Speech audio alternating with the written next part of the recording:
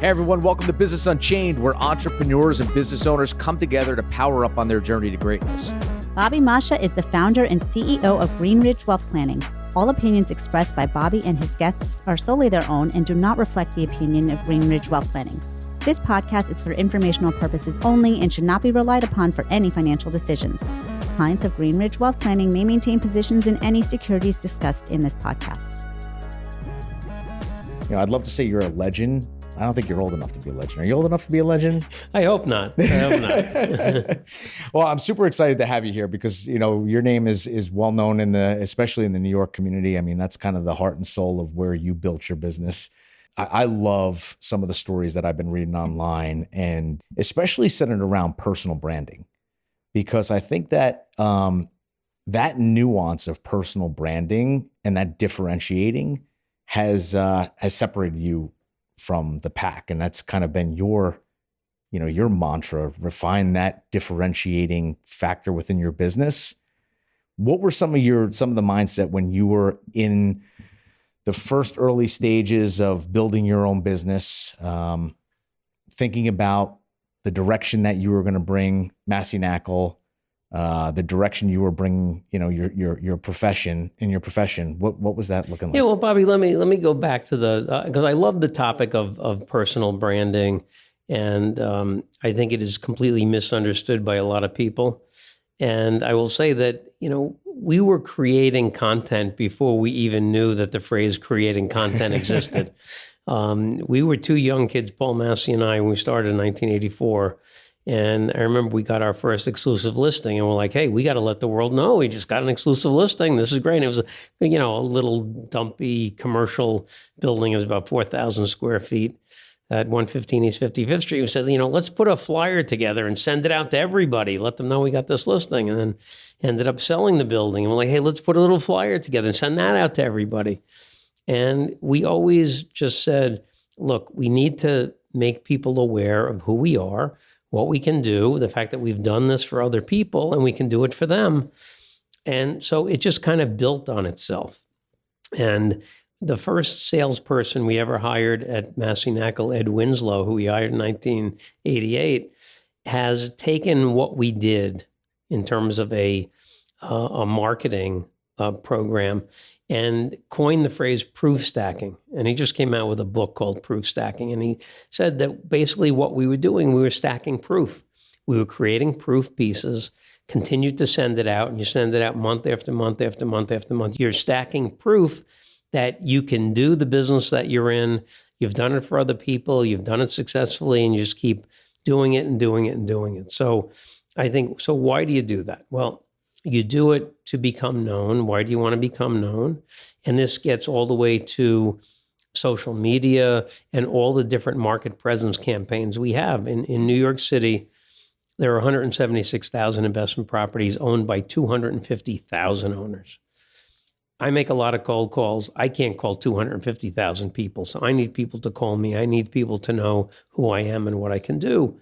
And I think that there are so many different things you can do on the market presence perspective to become known. Making your calls, sending email blasts, sending text blasts, sending good old-fashioned hard mail, which is very underrated. We still do a lot of that. Going to networking events, speaking in public, creating content, being on social media.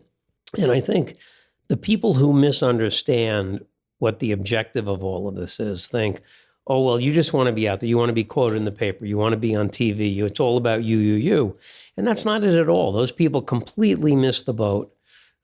It's all about the client. Mm-hmm. And if I go speak on CNBC, or I go give a speech somewhere, or I post something on social media, and any of these things I'm doing resonates with somebody who is either in the market directly or tangentially associated with the market, and can introduce me to somebody who might buy one of the buildings I'm selling for a client, or might put me in touch with someone that can help me sell a building for a client or get a better price for my client, that's helping my client. And that's, at the end of the day, that's what it's all about. I think if I am out there openly in the market and have big market presence, it's more likely I'm going to get in the way of information that's going to help one of my clients.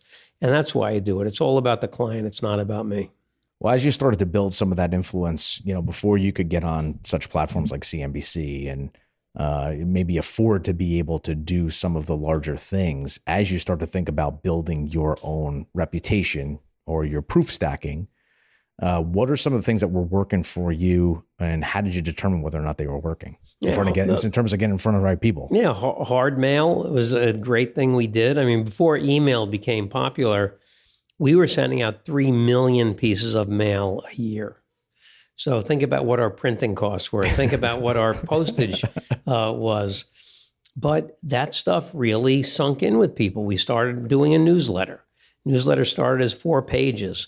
And at its peak, the newsletter was 36 pages. We've sold a dozen ads at $5,000 a shot to help offset the cost. Yeah. And we were sending that thing out like wild, and people loved it. How did we know it was resonating? Because everybody's, I got your newsletter. That's great. It looks like you guys are doing great, whatever. And it was something that we got such positive feedback from. We continued to do it, and it was really like a snowball going down the hill. The more we did it, the more positive feedback we got. The more positive feedback we got, the more we did it. So it was like an economist would refer to it as a positive feedback loop. Yeah. You do stuff, you get positive feedback, you do more of it, you get more positive feedback, and it just keeps spinning and spinning. Yeah, we were just talking with our marketing team, and it's interesting because I think that, back when I started marketing, I guess it was in the early 2000s, it was the number was the 7 touches, right? You have to have 7 touches before somebody remembers you. With all of the outlets, it's like 13 touches now. And for somebody who's starting out and they're thinking about getting out and making that, that proof of concept of here I am, this is what we're doing, it becomes a lot harder to almost distinguish yourself in the noise. And you have to do more things like, I think you've got the baseball cards as one of the things that kind of separated you out. What do you do from a social media standpoint when you start to look at even just making interviews and setting up interviews? Like, how do you pick and choose which ones you are going to be the most impactful touches? Yeah, it's almost impossible to do that. And, I have a broker coach I've worked with for over 12 years, and we always talk about ROI, which most people think ROI is return on investment. I think of ROI as return on involvement. So what's the return going to be on my giving a speech to the Appraisal Institute in Long Island, or going on Joe's cable TV show, or whatever the case might be? And it's really, really hard to directly connect dots. There are a few times when you can look at something, an opportunity that you got, a piece of business you got, money that you made, and be able to directly connect dots to how you initiated that piece of business. So I think for me, it's been, well, look, I'm doing this mosaic of market presence things, and that mosaic is working for me. So let's keep doing it. And there are some times, like I just got a piece of business directly from social media, and it was really interesting. The guy inherited a development site. His father passed away. He inherits the site, not a real estate guy, knows nothing about real estate. He went on, not Google, there's another... Like a LoopNet? Specify or something. Okay. And basically put in, who's the best development site broker in New York City? And he said, Bob, I put it in, with the first 3 pages. So he called me and we got that business. Now there I can directly say, all right, that was an example where I know directly I got that piece of business because of social media, because of all our SEO that's tied to all the social media stuff we do. We rank on all these, rank on Google and rank on all these different things. And so I think, how do you decide what to do? It's if you think it's likely that it could turn into something, great. But there are also times when I've done things that I didn't think would amount to very much, and all of a sudden I pick up a client from it. So I think it's a matter of finding balance in everything we do. Clearly, my number one objective, I have to be on the phone trying to sell the buildings that people hired me to sell.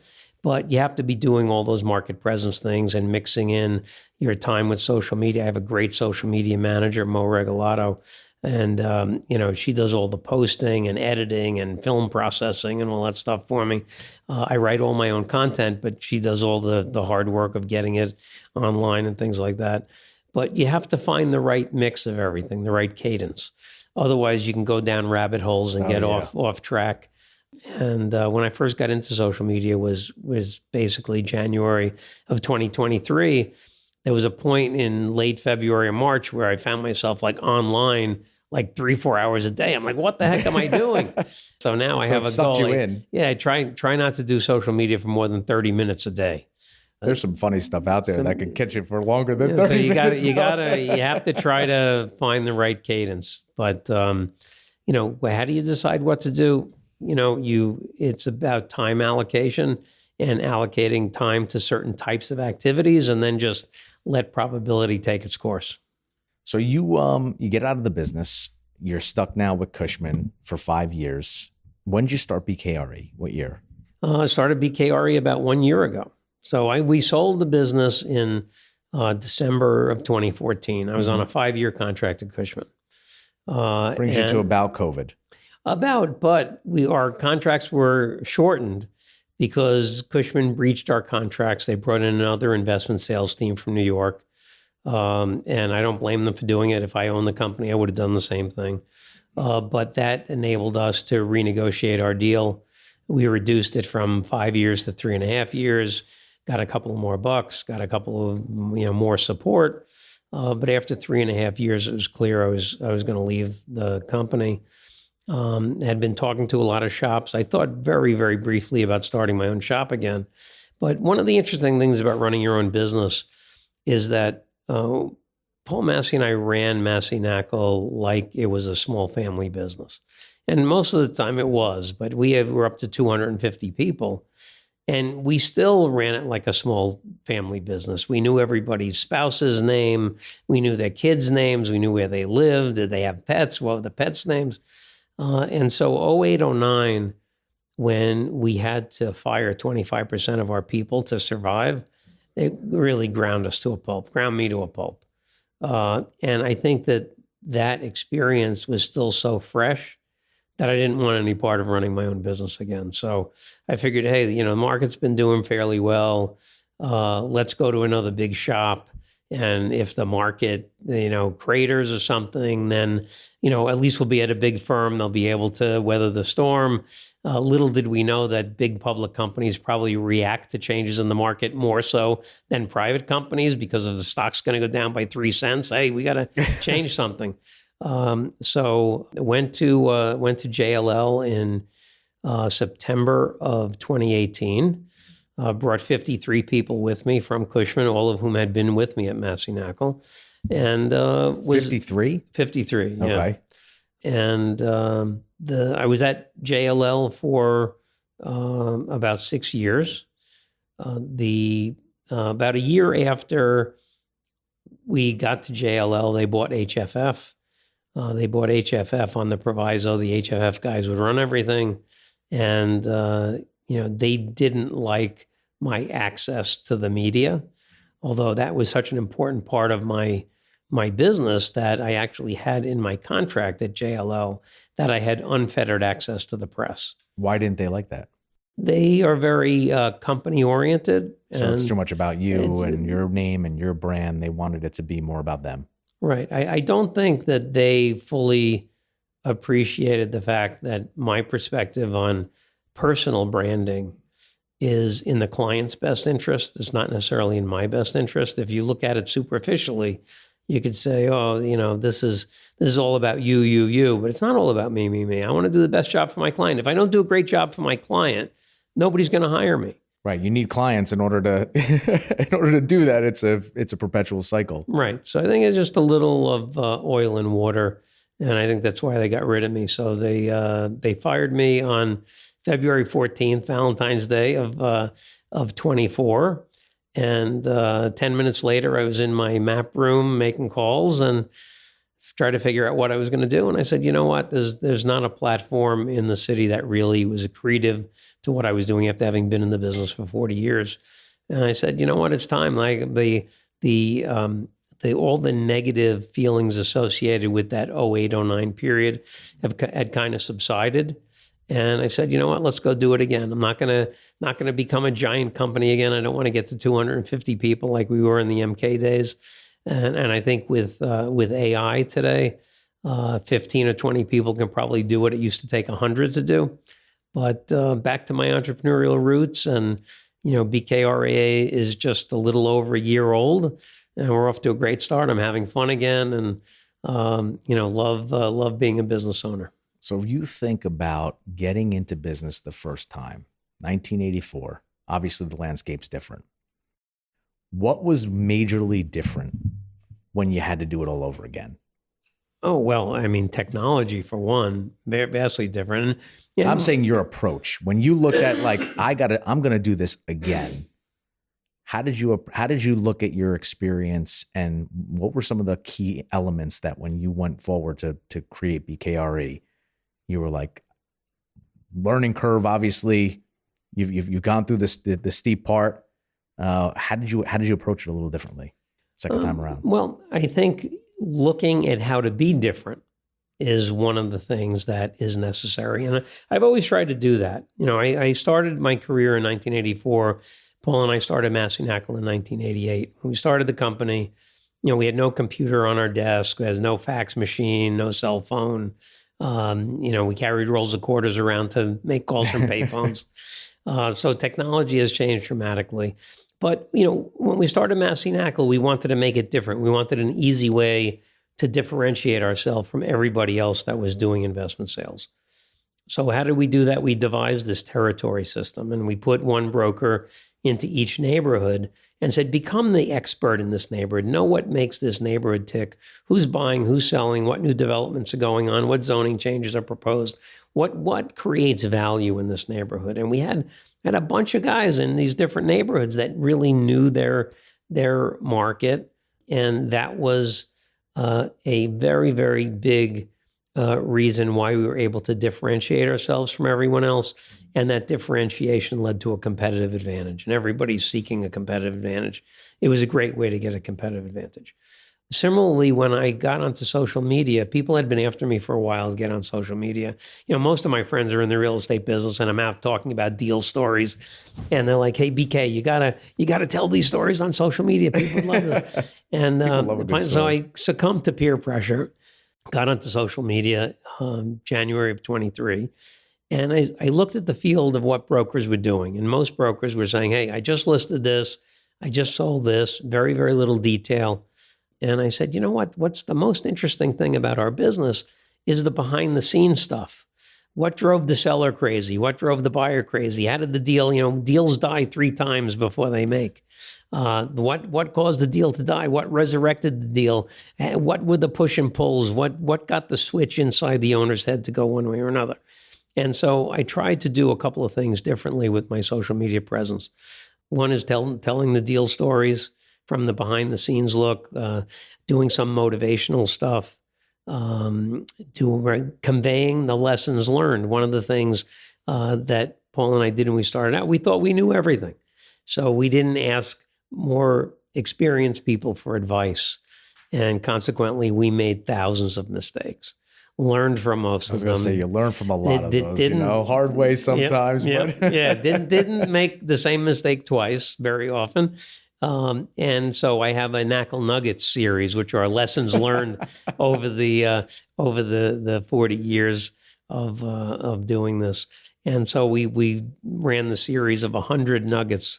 And so, I tried to do that a little differently, and that's picked up. It just was announced that I'm the #1 influencer on LinkedIn for commercial real estate folks.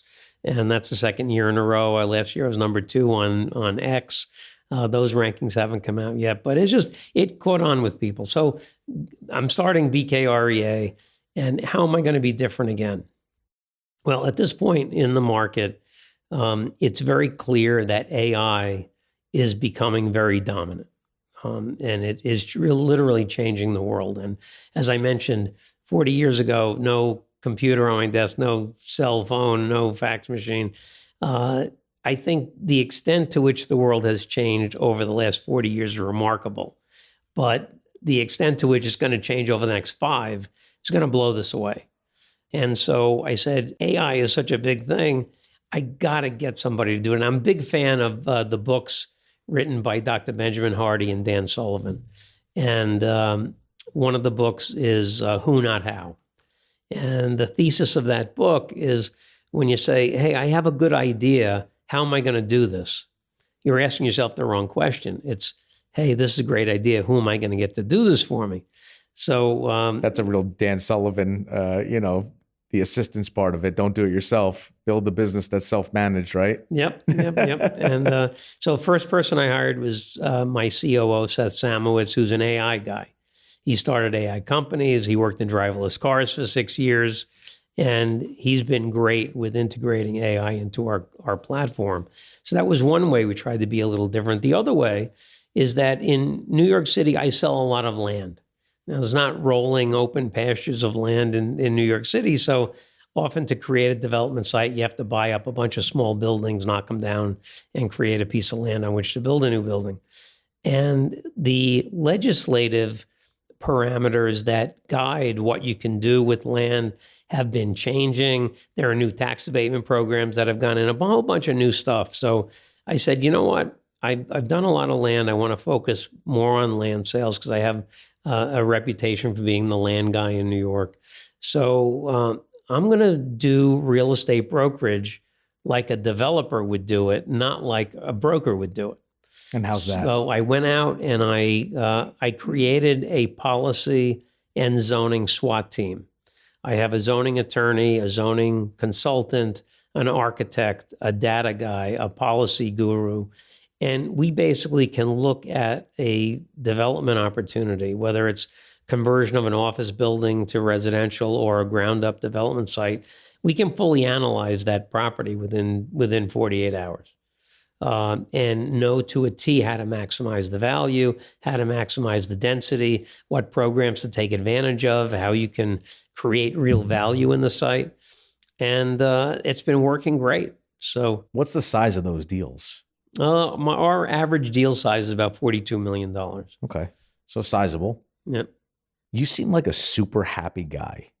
Have you always been this way? I have to say, Bobby, I feel very blessed because I got into the real estate business completely by accident. I was a freshman at Wharton in 1981. I walk into a Coldwell Banker office over spring break looking for a summer job that would look good on my resume. Thought the place was a bank. When I found out it was a real estate company, I almost didn't want the job, but they were the only ones hiring college kids for the summer. Took the job, loved it. And I found a job that I truly, truly love. It's not only my job, it's my hobby. My life, I always say, is very, very simple. I have a wife and a 16-year-old daughter, and I want to spend as much time as possible with them. I go to church. I go to the gym. I sell buildings. That's it.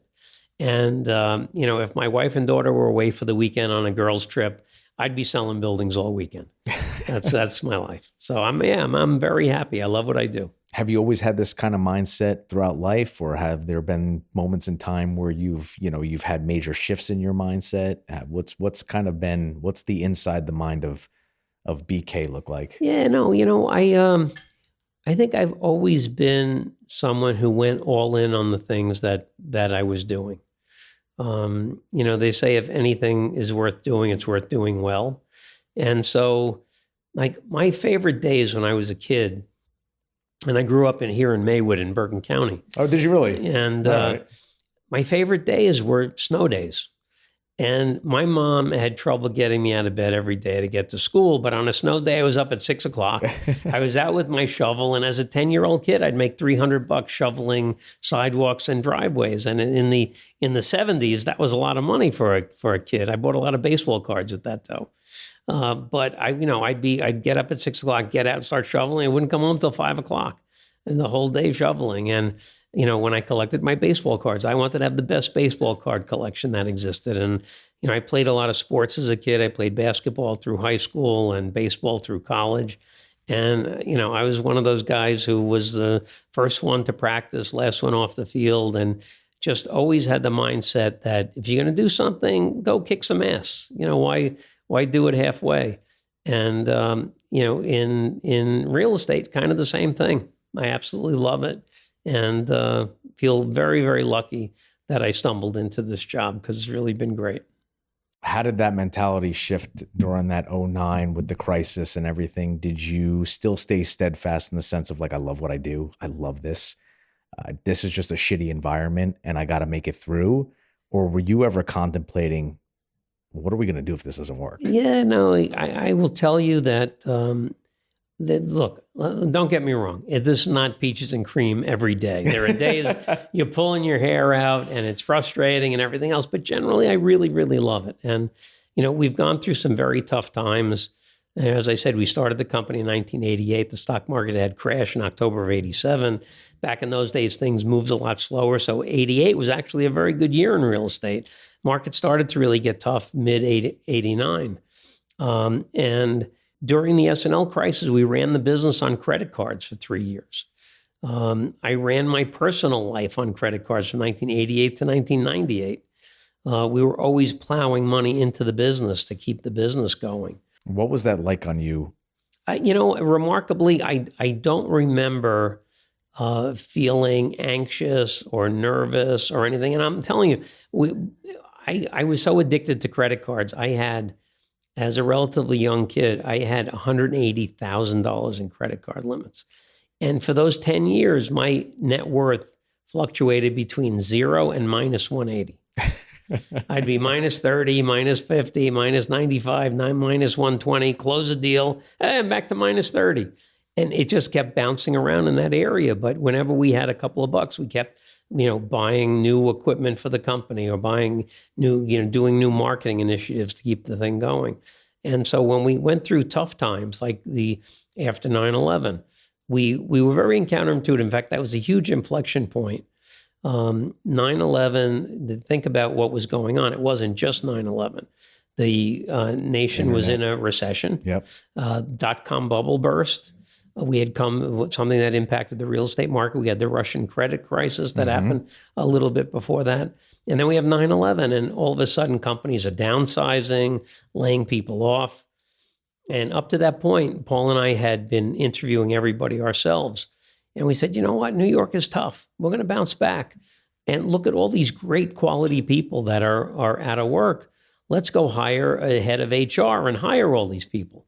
And so on 9/11, we had 21 people. 2 years later, we had 150. So we hired 125 people in the 2 years after 9/11. If the market didn't come roaring back, we would have been out of business. Yeah. But it did come roaring back by 2003. The market was humming. Other companies were waking up and saying, hey, the market's getting good. We should start hiring people. We had people with 2 years of experience working for us. We had opened a Brooklyn office. We opened a Queens office. And so we started eating everybody's lunch during those years because we had planted the seeds before the market started to get better. And, the CoStar Group is a third-party aggregator of market information. And they started tracking the New York market in 2001. From 2001 to 2014, when we sold the business, the number 2 company in New York had sold about 1,300 properties. We sold over 4,000. That's a big differential. More than 3x. We lapped the field by 3 times. And we did it for 14 years in a row. But that period for 03, 04, 05, 06, 07, we were 4Xing the field every year. And it was all because of that counterintuitive move we made 2 years before everybody else. So when other companies were waking up and said, hey, let's get back to it, we were ready in full sprint way, way down the field. Now, did you and Paul have the same mindset on risk? Completely. Yeah. Completely. Yeah. It was such a wonderful partnership with Paul. He's still one of my best friends to this day. And, he ran for mayor when de Blasio was running for his second term. And I introduced him at a lot of his speeches. And so I was thinking about some anecdotal stuff to say about it. And I figured out that we probably ate 10,000 meals together. So I spent more time with this guy than anybody else in my life. And we thought exactly the same way. And our partnership started very serendipitously. I came into Coldwell Banker's office in July 16th of 84. Boss says, hey, Massey just got out of a training program. Follow him around. He'll show you where the coffee machine is, that kind of thing. And we, at the time, CB had about 50, 60 guys leasing office space, 20 in the retail leasing department, and 4 investment sales guys, 3 of whom had about 20 years of experience, and then Paul, who just got out of a training program. And so we're hanging out, and the second day we're having lunch together, and we're like, hey, these guys with all the experience aren't really talking to us. Why don't we work together, split everything 50-50, see how that goes? He's like, okay. And that was the start of a 30-year partnership. But our work ethic was identical. Our perspective on the business was identical.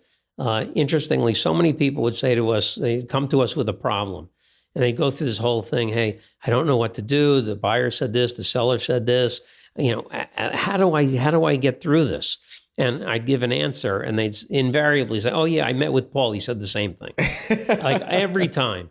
So it really was a remarkable partnership. And again, very, very lucky. I had a lot of luck in my life, my career. And my partnership with Paul was one of those things. It just was a great, great partnership, and a lot of fun. Yeah, you know, partners they could be great, and it could be really difficult. I remember, you know, I have a similar story, not quite as many years as you, but in starting this business, it was a lot of credit card debt, 6-figure debt, mounting up because you have to establish, same thing as the real estate market. You have to establish presence. You have to establish viability and credibility, staying power. People don't want to start to look at you and say, you seem like you're a really smart guy. You're a nice guy. I want to trust you, but are you going to be here in a year?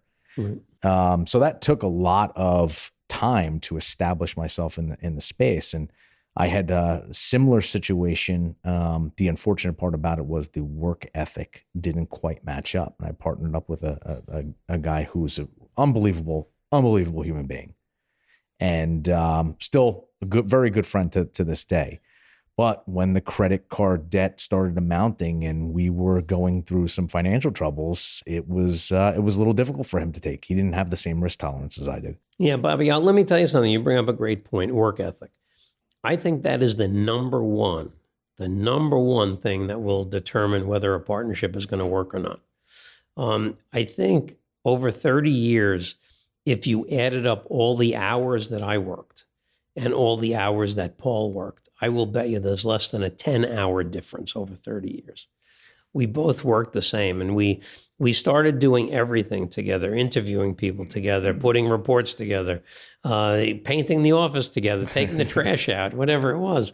And over time, we gravitated towards different parts of the business. Paul really loved running the business and operating the business. I loved selling. But it was that work ethic through good times, and particularly in bad times. Good times, everybody's happy, everybody gets along. But the bad times is where you see people's real character. And I think to the extent that you feel like you're putting in such effort and the other one is not, that creates stress. That is not sustainable. No. But we both knew that we were both working our ass off and trying to do everything to get through it. And I think it was that commonality of work ethic that really made the partnership what it was. Is there anything that you can, I know you said when you were a kid, you loved snow days. That was the day that you woke up, you made some money shoveling snow. What can you attribute your work ethic to? Is it just something that you inherently just were born with and you're like, that's the way my mind works? Or was there some element in your life that I guess, instilled it in you? Yeah, I don't know. I really don't know the answer to that question. Yeah, it's always something interesting because I think that I've heard people who, they develop their work ethic because of a hard moment in their life that they had to work out of, and they realized that was the only way they can get out. Parents, some people like yourself that just, were born with it. It's just their mentality. And I always find that interesting. Yeah, I mean, look, my dad was an educator. He started as a science teacher, became a vice principal, and then ultimately a high school principal. Fortunately, not of my high school. my high school principal had a son that went to school with us, and he got unmitigated grief all the time about his father being the principal. But, for my dad was not an athlete. I was an athlete. And to make my dad proud, if it got good grades, my dad was proud. If I pitched a no-hitter, my dad's, good for you. But did you do your homework? Yeah, that's right. So, I think that part of it was always seeking approval. And, if you do a bad job, you don't get approval. If you do a good job, you do get approval. So I think, part of that may have been because of my relationship with my dad, because, who doesn't want to be appreciated and admired for what they do? I loved sports so much, especially baseball, and put so much into it, but yet didn't get the recognition from my dad for my achievements playing baseball. And my dad actually had never seen me pitch. My mom died in 1983 at the end of my junior year in college. And my mom used to come to my Little League games when I was a kid, but never in high school. My parents never came to a high school game. And my dad had never seen me pitch a game. And after my mom had died, I had my dad come to one of my baseball games at Penn. I played at Penn. We were playing Princeton. My dad lived in Jersey, so it was easy for him to come down to Princeton. So saw me pitch, and we won the game. And it just felt so great to have him there to see me play. And I think that part of what's inside of me is not wanting to let people down. And I think that is something that may contribute to the drive that I have. And do you think that showed up with your partnership with Paul? Did you guys not want to let each other down? Yeah, I think that probably had a lot to do with it, but we both just really were so into it. It's really remarkable how our mindset was so very similar about what to do, how to do it, how to take care of the clients. And it was just, I don't know that it was not wanting to let each other down, but it was more like it was us against the world. And I love the fact that, although we were 250 people, we figuratively were just a little popcorn stand in New York competing against all these big national and global companies. And, we were eating their lunch 14 years in a row, lapping the field by 3x. I mean, that felt really great. And then I think that's, competitive nature, competitive spirit is also a big part of it. And I think that came from playing sports as a kid. What's your vision with BK moving forward, BKRE? Look, I just want to continue to do what we're doing. I'm having fun now. I think we have a lot of ideas about how to grow the business, but grow it in a way that doesn't create excessive overhead, which is the killer of brokerage businesses. But just want to continue to have fun. The Massey Knakal story is a great story from a number of perspectives. Lapping the field by 3x, and so we sold the business for $100 million. But the thing that I'm most proud of about the Massey Knakal legacy is that Paul and I ran the business with a true servant leadership mentality. Servant leadership means show the people that are working for you that you really care about them. Show you care about them by investing in training and investing in their growth, investing in building up their self-esteem, make them feel like they can do it, make them feel like they can do better than their best, and constantly show them that what they're doing contributes to the benefit of the company. It's interesting, in almost every survey that's ever been done on job satisfaction, you would tend to think money is the number one thing. Money is never the number one thing. The number one thing universally is feeling like what I'm doing is accretive towards the company achieving its objectives. And so we went out of our way to make sure that the reception, not only our top salespeople, but the receptionists, the people who worked in the mailroom, and the people who clean the office, we made sure everybody knew that, hey, we really appreciate what you're doing. You're helping this company succeed. And because of that, I think we created like an army of supermen and women who now today in the New York City investment sales world, there are 31 companies or divisions of companies that are owned by or run by people that learned the business at Massey Knakal. Oh, really? That is my proudest legacy. And I'll tell you, today, I love to see the young folks in the office that are learning and working so hard. And I want to create another wave of folks who go on to take over the world. So if you were to say, your greatest legacy that you were to leave behind, that's it. From a professional perspective, absolutely. I think it's you look at the New York City real estate market from an investment sales perspective. The Massey Knakal fingerprints are all over it. That's really cool. I mean, to have that kind of an impact on that size of a city, that powerful of a city, that's if that doesn't move you, I don't know what does. You're probably a statue then.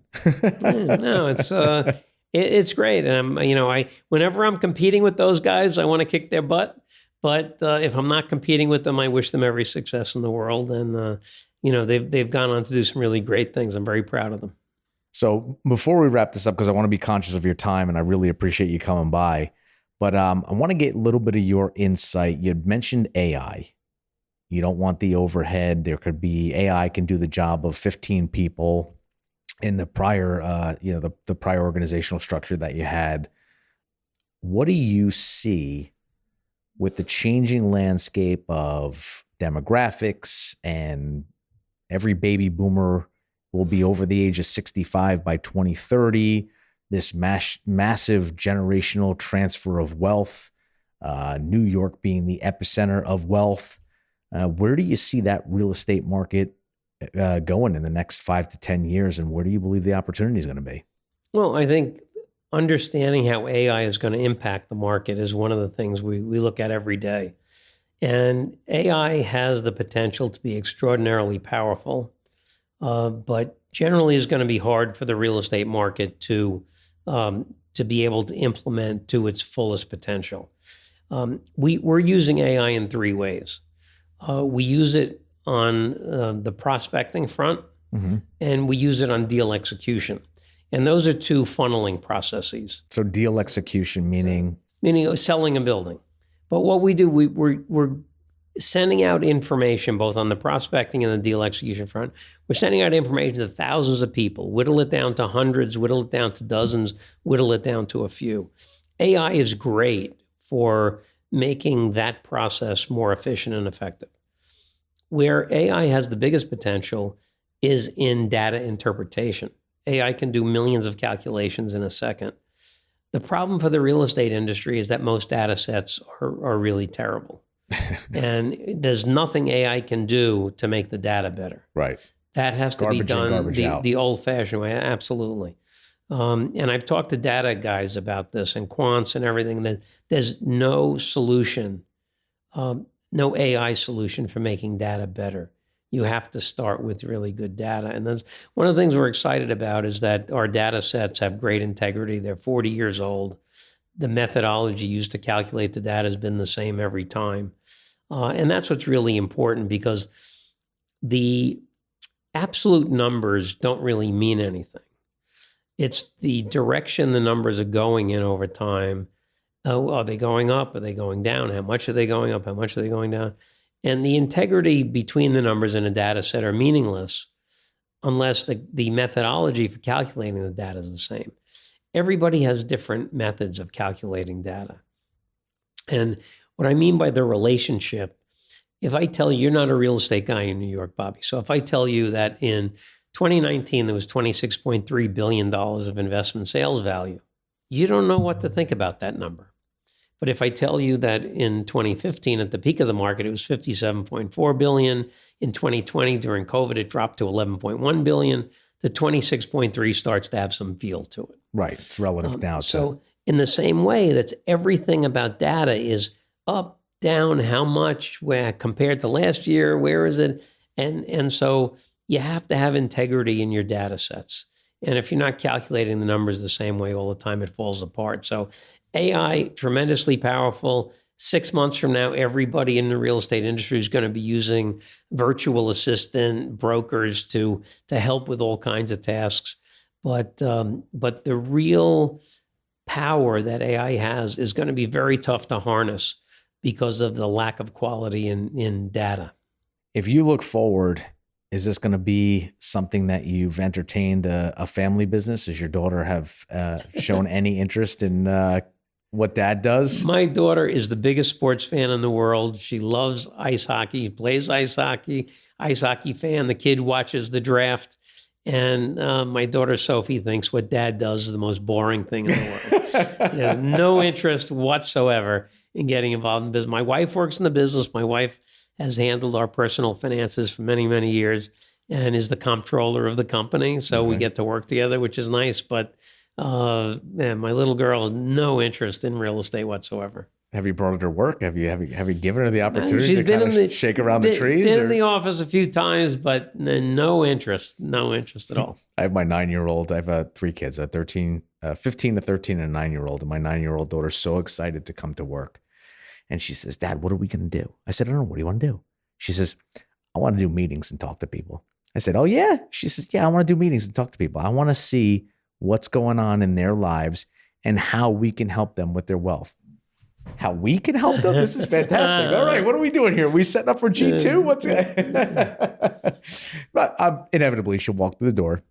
She'll be bored as hell, and she'll go hang out with the other kids, and they'll do some, they'll do some crafts and some activities. But family business is interesting, and I just wanted to see where your head was at in terms of where that sat with your family.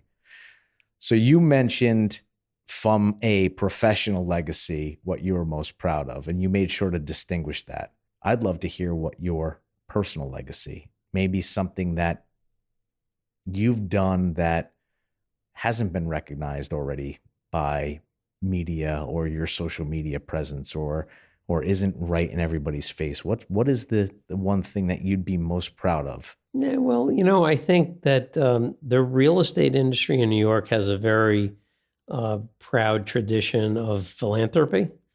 And that's always been a big part of what we've done. At Massey Knakal, our core values were what are they? It's, professionalism, integrity, excellence, and responsibility. And passion, the P is for passion. Responsibility part was giving back to the communities in which we live and work. So I don't talk about it a lot, but all of my charitable work revolves around helping disadvantaged kids with education. So for 15 years, I was the president of a charity called Ice Hockey in Harlem, which is a great after-school program for kids where they could play hockey in our program at no cost, provided they went to our classes after school. The idea was to get the kids off the street, get them in the classroom, and our whole curriculum was based on hockey. So, in the math class, we'd say, hey, Wayne Gretzky scored 50 goals in 82 games. How many goals a game did he score? And, the Philadelphia Flyers play hockey in Philadelphia, which is in Pennsylvania. What's the capital of Pennsylvania, for the geography stuff? And that was a great, great program that I loved. And I sold a building in 1993 for the Prescott Foundation. Prescott Foundation was had been a nursery school, and after they sold the school, we sold the school building for them. They formed a foundation to make grants to underprivileged kids for educational purposes. The president of the foundation at the time, Steve Slobodin, was an older guy. He passed away, and in his will, he said, he asked me to be on the board, but in his will, he said, I want Bob to take over as president of the foundation. So that was back in 95 or 96. I'm still the president of the Prescott Foundation to this day. We sold the building for about $2.3 million. And since then, we've given away almost $5 million in grants to organizations to help kids with their education. And it's been a great thing. But, I think that we all sometimes lose sight of the fact that, we had no hand in who we were born to or the circumstances that we were born into. And so some kids just are born into rough circumstances. So to the extent we can help them get ahead a little bit, improve their education, it improves the probability that they're going to succeed in life. And so I think that's, from a personal perspective, that's something that's important to me, is if we could help lift up some folks that need a little bit of a lift, that's a great thing. Now, was that partly because of your experience in those communities and actually being in there? Is some of that trickle over from dad and his belief system around education? What was it really the driving factor that got you so immersed in that? Yeah, well, I think we operate because we were operating citywide. We were in all kinds of neighborhoods. We put salespeople up in Harlem long before anybody thought about going up to Harlem to do commercial real estate, and just seeing what things were like in these communities was really eye-opening. And it's almost like it's tough if you don't see it personally. It's very hard to. It's hard to imagine. I mean, we don't live in the real world. We don't live in the real world. You see how people who live in the real world live. It's kind of shocking. For many years, one of the things I did for 4 or 5 of the families in Harlem that were parents of kids who were in the program, I'd buy them a Christmas dinner. There was one family, it was a mom, a grandmom, and 4 kids. So 6 having dinner. I bought them dinner for like 10 people. I figured, the leftovers, it'll be great. And, a couple of months later, I saw the grandmother at one of the events, and she thanked me for dinner. And I said, oh, yeah, I hope that, lasted you guys a few days. And she said, well, it would have, but we don't have a fridge in the apartment, so I couldn't hold on to the food. So you think, you wake up in the morning, you go to your refrigerator to get some juice or something. Do you ever think, oh, how lucky I am. I have a fridge in my apartment or my house. And just eye-opening things like that led me to think, you know what? There's a lot that we're blessed with, and we can help other people. And to the extent we can, that's a great thing to do. Yeah, we do a similar thing with homeless solutions over in Morris County because it's tough, and we do live in a fairy tale world, you and I. I'm gonna just make one clear distinction. You said your daughter has no interest because what dad does bores her, but she plays hockey. And there was a hockey tie-in on this, so there still might be hope. Yeah, we'll see. We'll see. Well, Bob, listen, I really appreciate you. If we're looking for you, I know where to find you. But why don't you let our audience know how do they find you to get your Knakal Nuggets and all the good information that you have out there? That's it. Well, I'm on social media. You can find me on social media, or go to bobknakal.com, go to bkrea.com, email me at bk@bkrea.com, or call me. My cell number is 917-509-9501. If you own real estate in New York, want to sell it, or know somebody that owns real estate in New York that want to sell it, give me a call, shoot me an email, send me a DM. Love to hear from you. I love it. All right, we'll have all that in the notes. Well, I appreciate your time, and this was awesome. Thank you for coming by. All right, Bobby. Great stuff.